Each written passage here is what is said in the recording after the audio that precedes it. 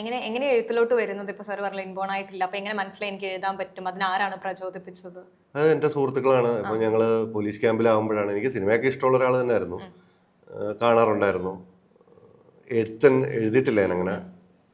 അവൻ്റെ ഞങ്ങളവിടുന്ന് ക്യാമ്പിൽ നിന്ന് സിനിമ കാണാൻ പോയി ഞങ്ങളൊരു കൂട്ടമുണ്ട്. ഇപ്പം ഇലവിഴ പൂഞ്ചിറ 2 റൈറ്റേഴ്സ് ഉണ്ട്. നിതീഷ് മാറാട്, പിന്നെ ജോഷി എന്ന് പറഞ്ഞൊരു നമ്മുടെ ഒരു ഫ്രണ്ട് ഉണ്ട്. ഞങ്ങളൊരു 3-4 പേര് പടത്തിന് പോയിരുന്നു.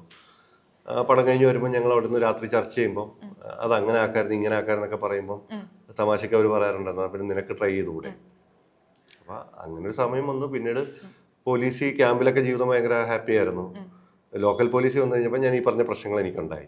കാരണം എനിക്ക് മെൻ്റലി ബുദ്ധിമുട്ടുണ്ടാക്കുന്ന ഒത്തിരി സിറ്റുവേഷൻസ് ആണ് നമ്മൾ കാണേണ്ടി വരുന്നത്. അതെന്നെ ബാധിക്കും. അപ്പോൾ അത്തരം ബാധ്യതകൾ വന്നപ്പോൾ പോലീസിൽ നിന്ന് ഇറങ്ങണമെന്നുള്ള ചിന്തയായി. അപ്പോൾ പ്രത്യേകിച്ച് സാമ്പത്തികപരമായി ബിസിനസ് ചെയ്യാനുള്ള അവസ്ഥയോ അല്ലെ വിദ്യാഭ്യാസപരമായോ അത് വിട്ടിട്ട് മറ്റൊന്നില്ലാത്തതുകൊണ്ട് ഒരു അറ്റംപ്റ്റ് എന്നുള്ള രീതിയിൽ സിനിമ ശ്രമിച്ചതാണ്.